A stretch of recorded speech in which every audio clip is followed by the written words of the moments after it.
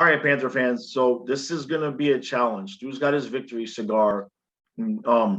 Somehow I have to, well, other than the Barkov thing, I guess that should give me ease. Somehow I have to find something to complain about because if I don't, we'll start losing. So we'll let Stu get the good stuff out of the way, and then while he's talking, I'm gonna think of something to bitch about. But we're getting what I think we're getting what you wanted, Stu, which is it looks like we're going streaking. Let's start off the bat. I mean, you could join me. I don't want any more nationally televised games. Oh. If we're gonna do it on the NHL Network, that's one thing. But Right.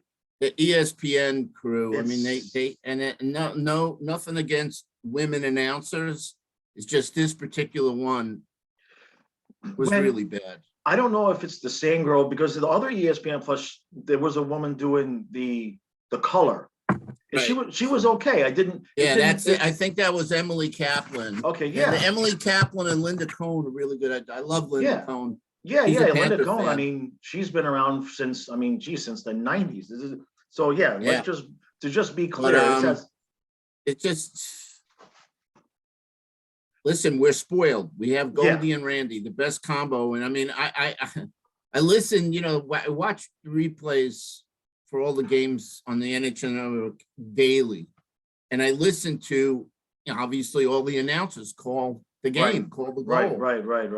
And there's some good ones and there's some better ones. Yeah. And I would put, Goldie up at the top there as far as play-by-play. And of course, he's got his, his hoobie-dooby-doos, let's go home. And of course, Randy's the best with the one-liners. So like I said, we're spoiled. No, we're definitely spoiled.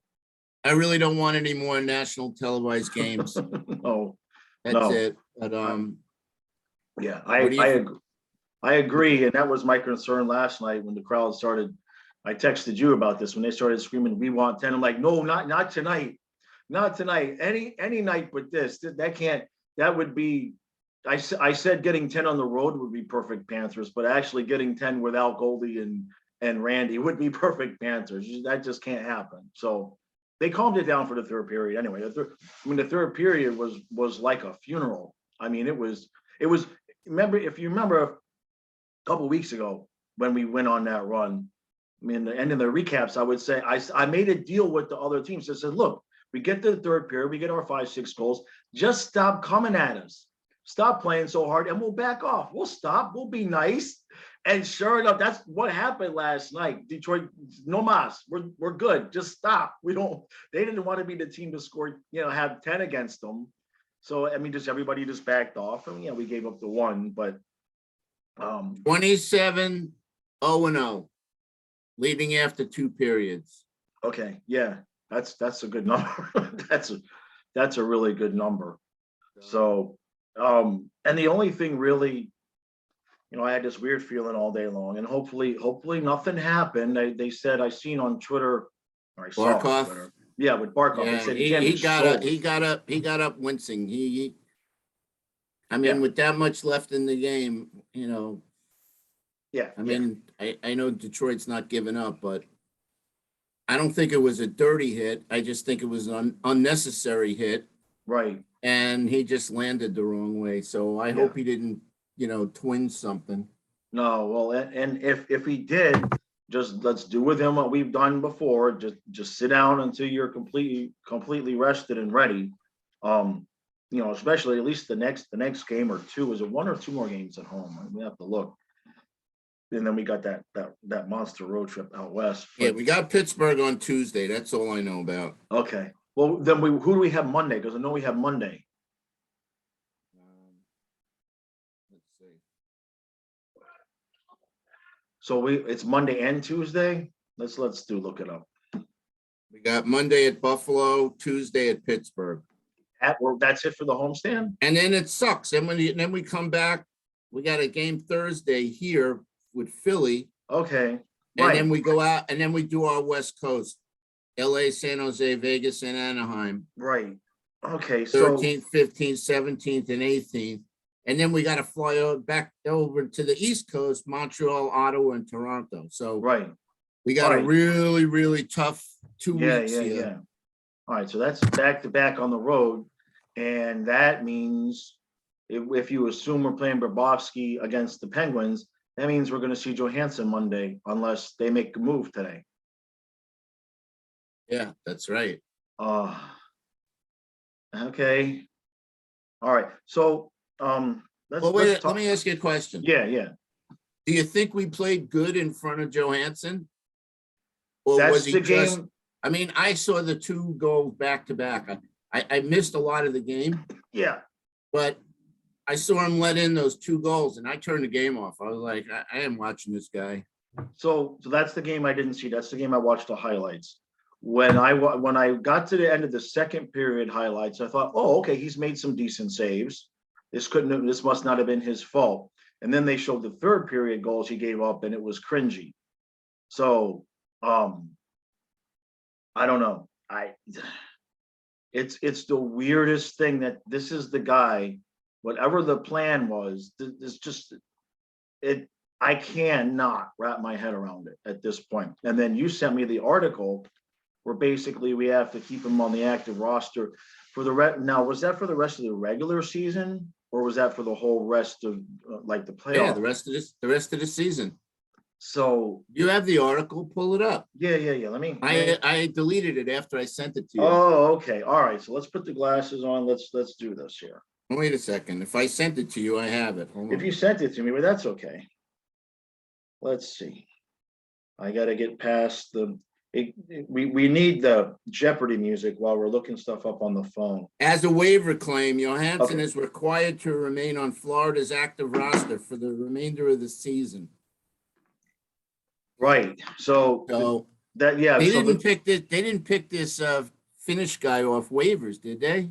They just signed him coming out of Europe, didn't they? Yeah, I think they signed. Yeah, they signed him coming out of Europe. Yes. So I'll tell you.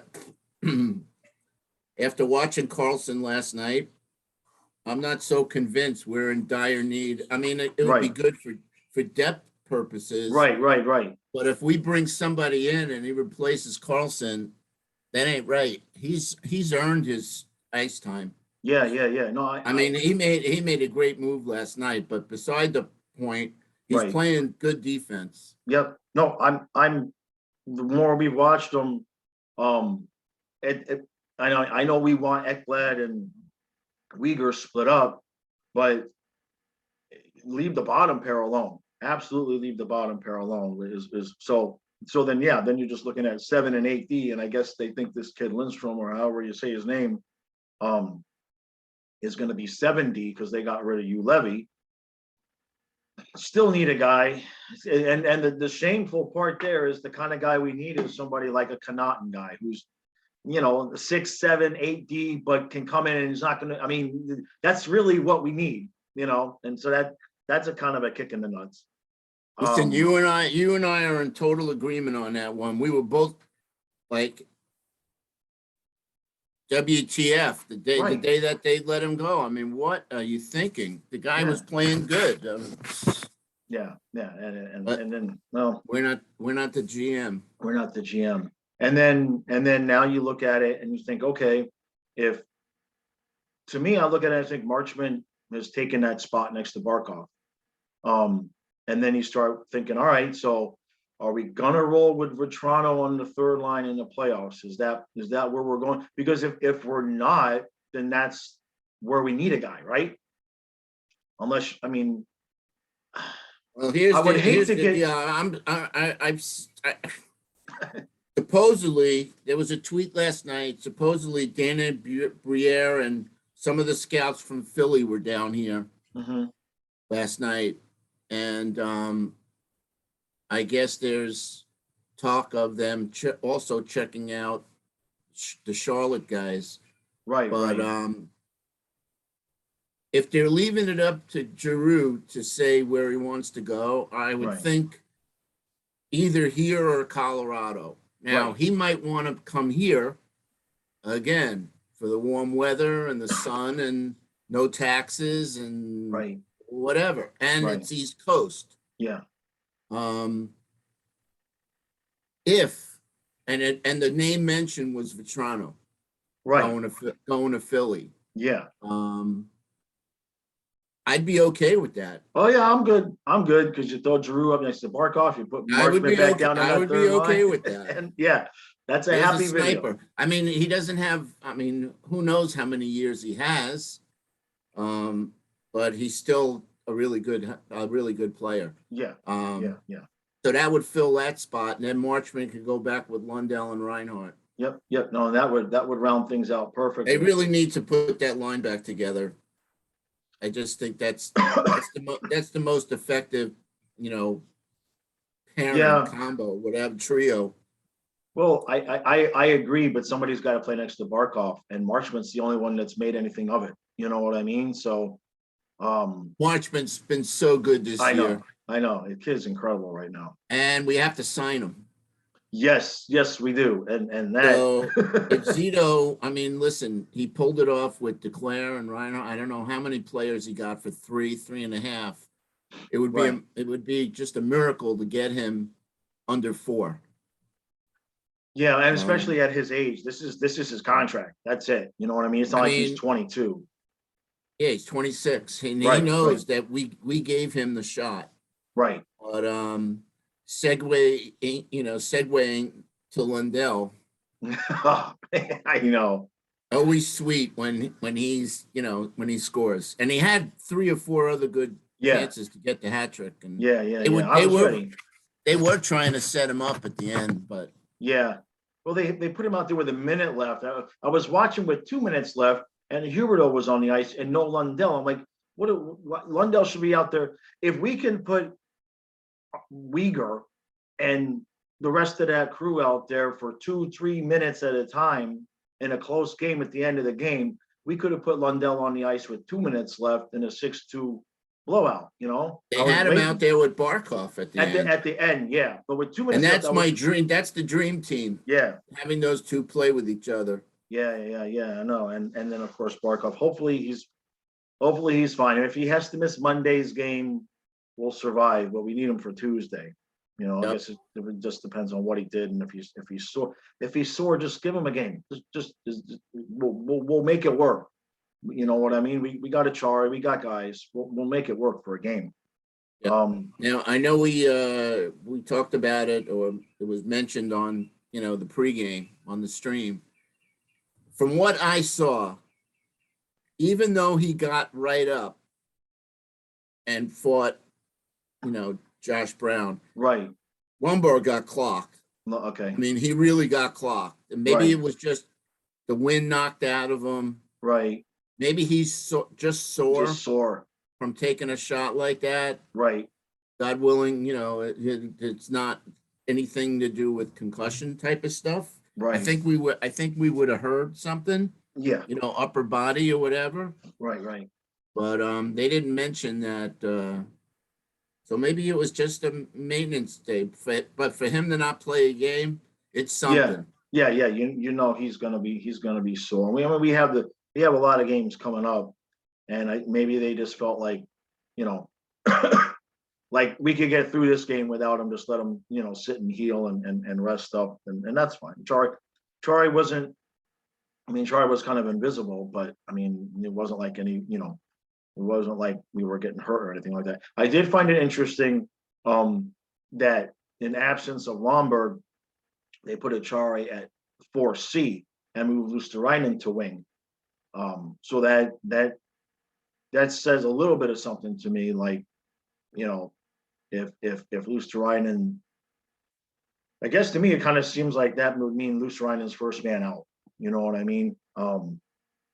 His faceoff percentage has got to get better for the playoffs. And I didn't pay attention to how Achari did last night. So I'd have to look and see how he did like that. But he wasn't bad. He just wasn't. It was just such a weird game because, I mean, we got 6 goals, but you never felt like that energy where we just turned it on. You know what I mean? I mean, Yeah, it really was. To me, it wasn't like a 6. Right. Yeah, it was the opposite of some of the other games we'd had where we kept getting goalie. You know what I mean? So last night, Lundell had 2 goals, 7 shots on goal, 1 takeaway, 6 for 9 in the faceoffs. Really? And it's 70.27 CF percent at 5-on-5. So that's the Corsi number. Yeah. What does that mean? Explain to people what that means. You're asking me? I have two statistics that I use: my left eye and my right eye. Those are that's as far as analytics. Those are the statistics that I use. I never really got into that because the overwhelming majority of the graphs that they show are color coded, and I'm colorblind. So I got so sick of asking guys, "Hey, what the hell does that even? I can't even see it. What does that mean?" All right. And let's just say he had a good game. He had apparently 70 is a good number. It's like the quarterback rating in football. They've changed it so much over the years to where like 90 used to be a good rating, and now it's like 120. I don't know what the hell any of it means. I watch it with my eyes, But so the way I'm looking at things, just based on where the roster's been at, I think you got Tippett, good chance for Toronto, and Mammon. Right. Mammon he's the odd man out on this. Yeah. And then of course we got Joe, which they say he's been hurt. Right. Who knows about that? Right. But obviously we're kind of stuck right now. Yeah, we're stuck in a couple places there. But Mammon hasn't been playing, so. And it'd just be interesting to see. And he's a good player, but yeah, no, he didn't really step up the way I thought he would. He had a couple of good games, but right. Yeah, I mean, he's a guy that's going to need, on a different team where he's going to get in the third line or fourth line every night and just let him develop. That's what he needs. On this team, you come in, if you don't produce after game 2, game 3, we got guys. You know what I mean? Yeah, that's the thing with Zito, man. If you're not doing the job, you sit. Right. Yeah.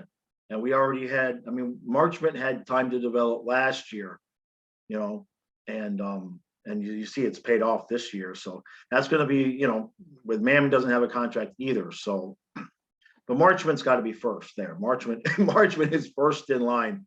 And Huberdeau. No, Huberdeau, we don't have to sign until the end of next season. No? Huberdeau's got one more year. Marchment doesn't have a contract for next season. So that's going to be good because the Yandel 5.3 or whatever it is, it's going to be this.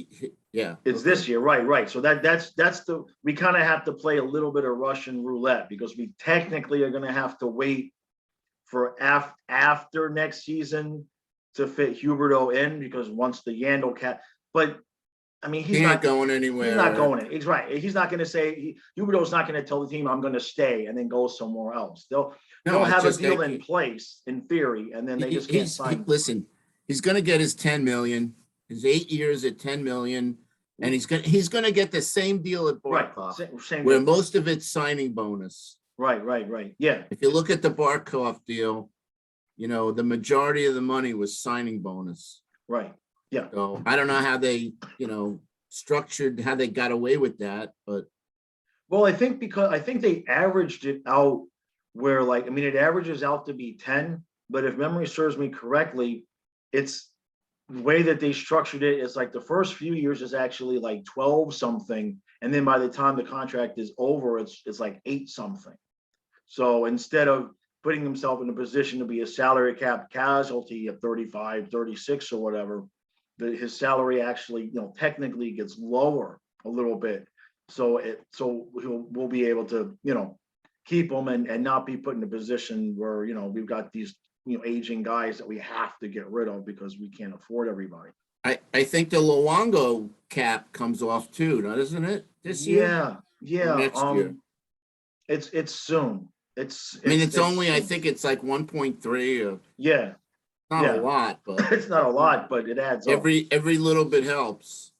Who's the guy? Darling? I think we're still paying a little bit for him.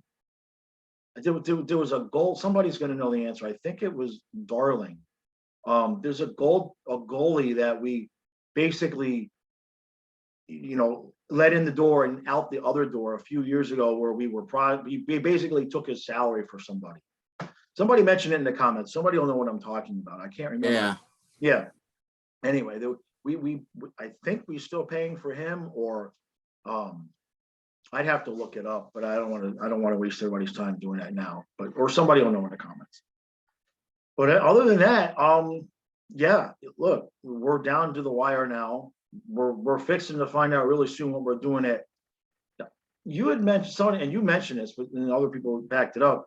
I hadn't talked about this. We had not mentioned this. How after the trade deadline, the roster size limits go up. How many? Do you know That's that a good number? question.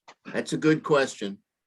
Because maybe we're freaking out for nothing, and the plan is just to bring Spencer Knight back once that roster size limit goes back up. I mean, I'm grasping at straws to figure out how the hell we're not going to go into the playoffs with Johansson as backup. That's where I'm at. I mean, because you can't tell me we built this team and that's who we're going into the playoffs with at backup goaltender. It's gonna be Knight. It's got to be Knight. Well, the other thing I thought about, because when the article that you talked about where we have to keep him on the active roster, I'm assuming we can trade him though. So like if we were trading to get a backup goaltender from somebody else, he could be part of the package. I'm assuming that. I don't know that. But who's gonna want him? Well, so you can have 23 players now. Right.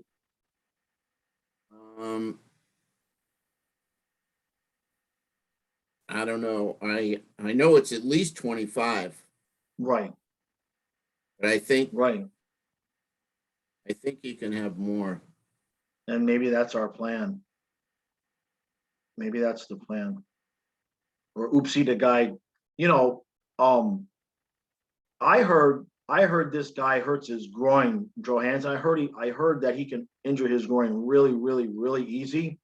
So it's just like one wrong move and he'd be on LTIR. That's what I heard. Little Bird told me that. Bird from Tampa told me that trick. So let's touch on one other subject that's kind of bothering me, and that's Carter Verhaeghe. Yeah, I've seen a few other people wondering about that. Not liking what I'm seeing. All right, so what do you have there? I'm just thinking he's pulling a Vinny Trocheck. I mean, he's done it the whole year. Right. He's a puck hog. I'm really sorry to say he's a puck hog. I'm not saying he never passes it. Right. But his first instinct is to skate around, 5 guys and get a shot off. Right. Yeah. And he does the same thing.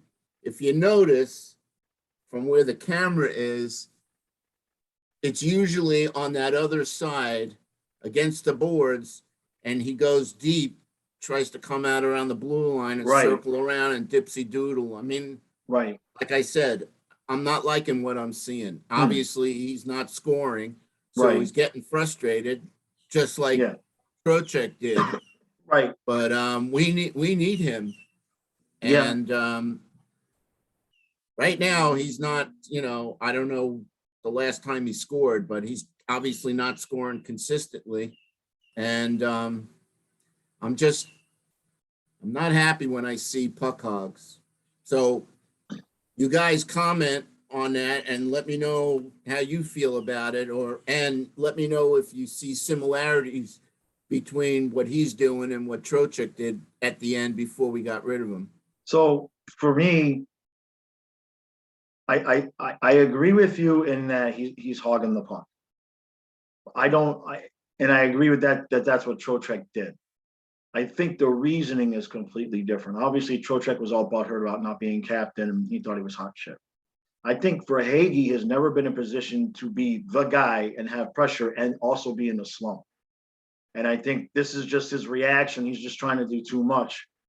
I don't think he's like Trocheck. I think it was more of a conscious decision that I'm hot shit and I'm going to do this myself. I think with Verhaeghe, it's more like, shit, I better figure this out because somebody getting traded and I got a small salary. Let's put it this way. I think it's more likely that he's just pressing and pushing too hard than it is that he got an attitude like Trocheck did. I just don't. I see But what I see. he's got a great setup, man. That's the thing. If he would concentrate on, getting open, Right. okay, and letting Marchment do a lot of the grunt work. Right. Barkov's good but instead of just trying to use your other players, I saw a number of opportunities last night where he could have dished it off to the defenseman and taken off towards the net. But right. No, I don't disagree with what you're saying he's doing. We talked about it last time where I do believe some of that spending is at different guys on his line all year long, so he doesn't have that chemistry. But we don't know, we never know until it comes out later what the guys are talking about behind closed doors. And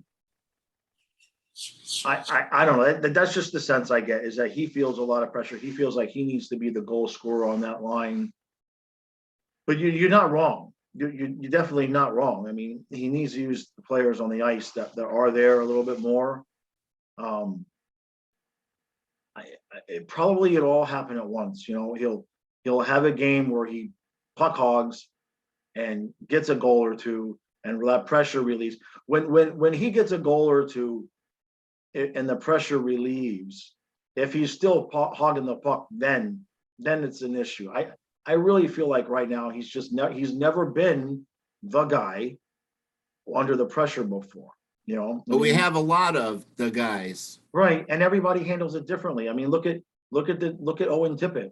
I mean, he absolutely crumbled under the pressure of coming in and fitting in with these guys. And you take a guy like Marchment who soaks it up, and it's just, for us as men, it's easy for us to look at it, but these are just kids. You know what I mean? And that's how they figure out what not to do a lot of times. And so that's the thing. We forget that these young, these guys haven't been in the league 7-8 years. Right. But hopefully you'll figure it out.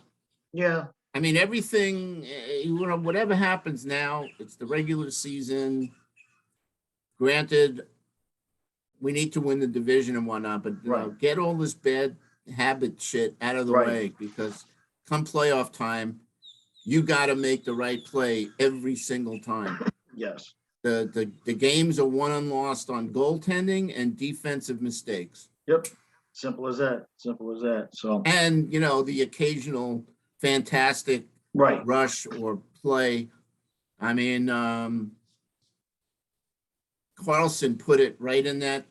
Yeah, right in that box. I mean, that's the place. Time after time.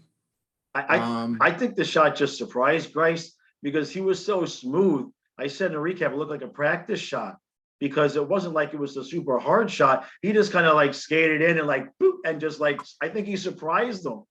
I'm laughing because Brunette called him Carly Orr last night. Can't go without mentioning the fantastic pass by Huberdeau. Yeah. That was just incredible what he did. Yeah. It's like, game after game, he just continues to do that. Yeah. And hopefully, I mean, I don't know if he's going to win though. I know he's going to get close. I know he's going to get close. Listen, he's not going to win it. Right. Unfortunately, unless he goes on a tear. Right. Again, it's the most valuable player. Yeah. To me, I'm not saying it's a popularity contest, but when you're going against Austin Matthews, right? Okay, Toronto, the hub of the hockey world, right? And then you got Connor McDavid, the Moses of whatever. And then you got Draisaitl, right?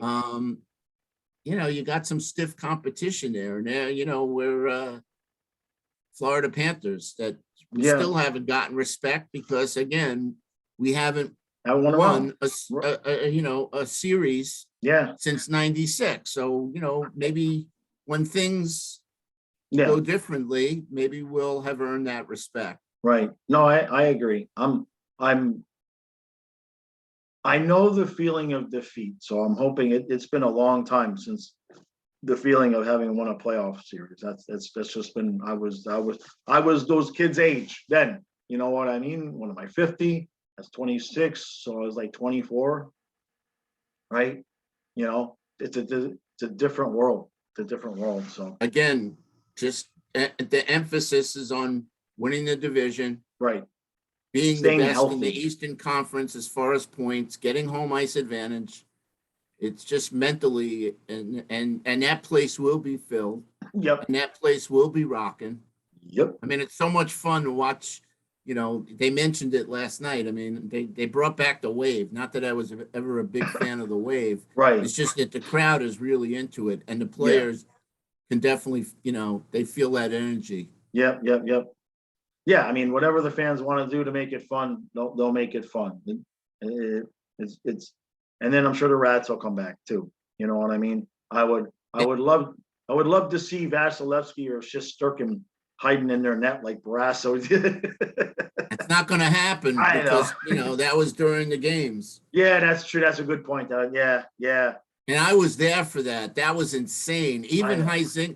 Even Heisinger's wife was throwing rats. Yeah, it was. Right, Fred. They had glass seats, and she used to toss them over the glass. Yeah. So let me ask you a question. What do you think of Bob's performance last night? Not that he had a busy night. Right. I mean, I think he looked good. You know, the one shot I didn't see, they didn't show the replay where I missed the replay. So I know it was a high shot. I couldn't tell if it got deflected or not. I just don't think he got tested, which is perfectly what we need. You know, I mean, the defense has been shutting these two teams down, and they should. These are not teams that we should be, you know, that's how the other parts of the homestand should have gone. You know what I mean? So whatever adjustments they made have worked. But for Bobrovsky, I mean, 2 goals in 2 games. And like we talked about, we're not going to get it this time because we got his back-to-back. So he's obviously not going to play one of those games.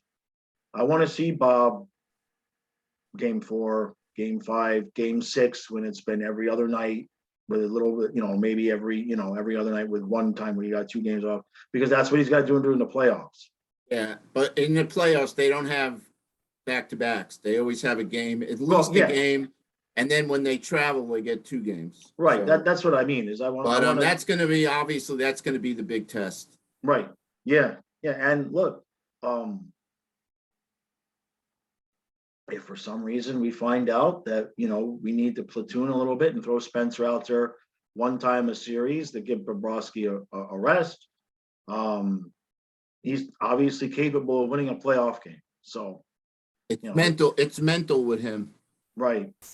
Yeah. And just tie him to the net. Give him a leash so that he can't go behind the net. He can't, you know, or give him a shot collar where if he's not supposed to go behind the net, Bruno shocks him so he can't leave the net and handle the puck. I forgot to mention to you the other day during the video we did last, the night before, Koskinen, whatever, from Edmonton. Yeah. As great as he played against us. So the next game, he went behind the net, just like I've said about blind passes behind, you know, in the defense. He gave it right to whoever it was. Right. He had an open net. He blasted it. Oh, Jesus. Just that, you know, the goalies, listen, nobody's going to be Martin Brodeur. I mean, you know. And, you know, Brodeur, let's put it this way. The skaters are a hell of a lot faster now than when Brodeur was doing that. We're seeing it from the television screen, but for those guys, I mean, they're so fast now that if you don't make, and that's where I think exactly where Spencer gets caught, because if you don't make that split hair second decision of where you're going with that puck, everything has changed that fast. And you see them just freeze like, oh shit, I didn't do it fast enough. Now what do I do? You can just see it, you know, and that just takes experience. So yeah, we'll get him a shot collar, and we'll just have Luongo in the stands. Luongo's that's his job. He's in the stands and stay just like that, and he can't move. All right, so I got 2 more things. Okay. So number 1 was when the announcer said about Detroit having to come down here, get beat by Tampa, and then get beat by Florida. And they used to say something about teams loving to come down to Florida because they would relax and go to the beach and get some sun and this and that, blah, blah, blah.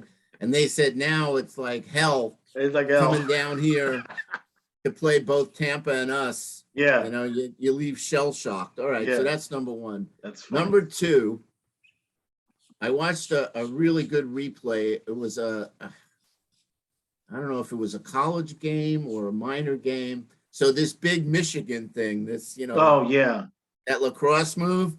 So what was cool was that the guy was behind the net getting ready to do the Michigan, and he went through the motions to do it. Right. And one of his teammates took the puck, went around the net and did a wraparound. Also, it was like a fake. It happened so fast, but I'm like, wow, that was great. Oh, man. Don't let Tortorella see that or he'll go on another rant. He's not a fan. So I think we got a power play goal last night, didn't we? I think the Duclair goal was a power play. I think we got one. Yeah. Not that it's, you know, not that it's where I want to see it be. No, but, a lot of people I heard, you know, a lot of people mentioned if I asked him, I was going to complain about the power play the other night because we had the 9 opportunities. I mean, we got 2 goals. I mean, it's not like we went 0 for 9. Yeah. You know, I mean, 2 for 9 is not elite, but I'll take 2 for 9 in a playoff game. Yeah, they just, you know, they're obviously trying to just get the perfect shot. I'm not digging the setup where we got a guy in the, again, from the camera, right, looking across. We got that one guy in the top left corner taking the one-timer.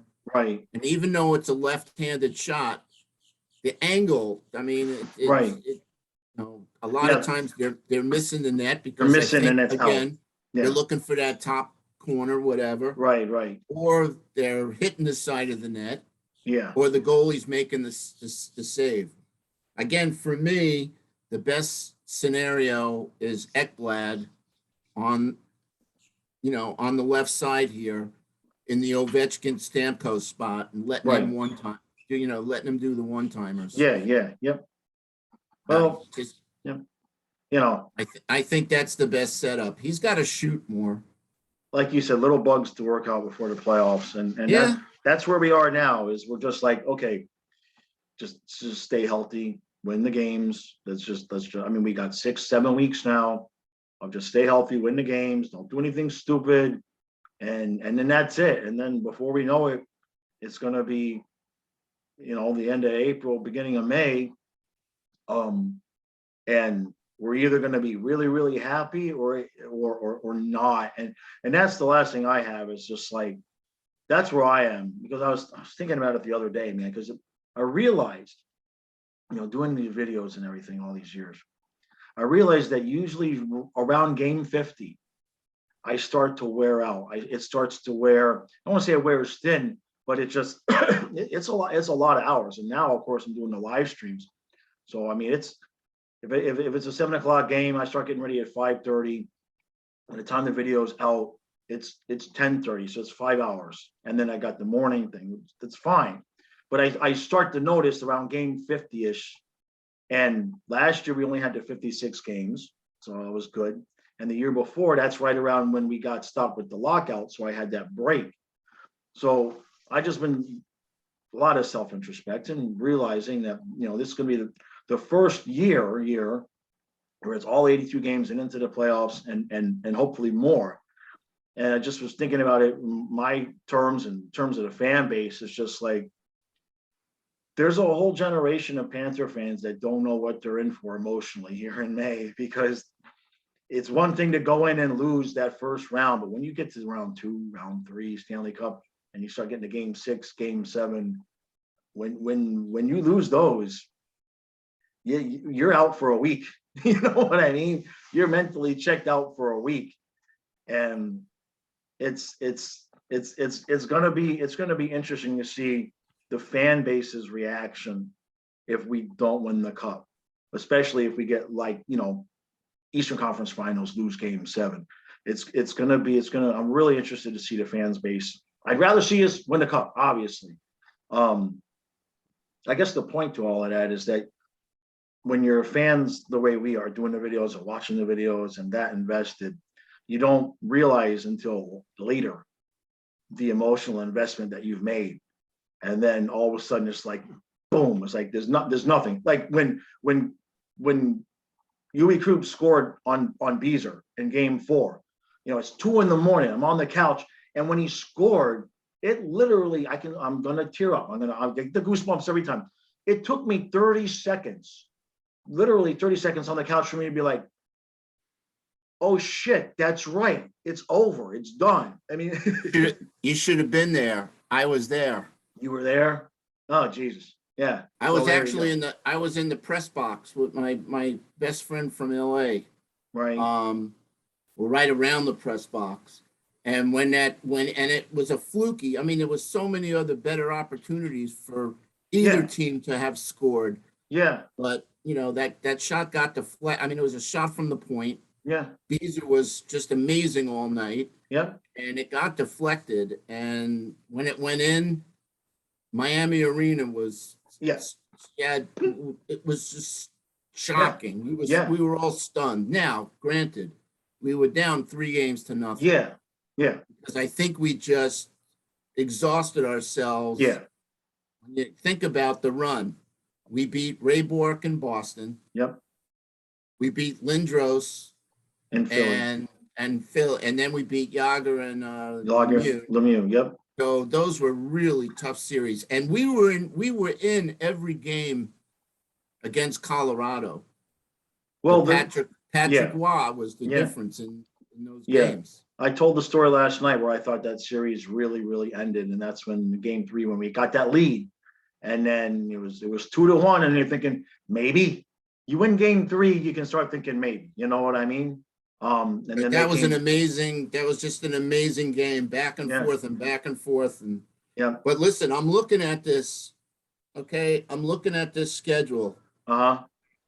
Everybody see that? There's a lot of at. Look at that. Exactly. There's a lot of at. What I don't like is, why are we going to Buffalo and Pittsburgh and not going to Philly? And then going to LA? Why do we have to come back? We got to come back. The Philly game. That just makes no sense. Yep.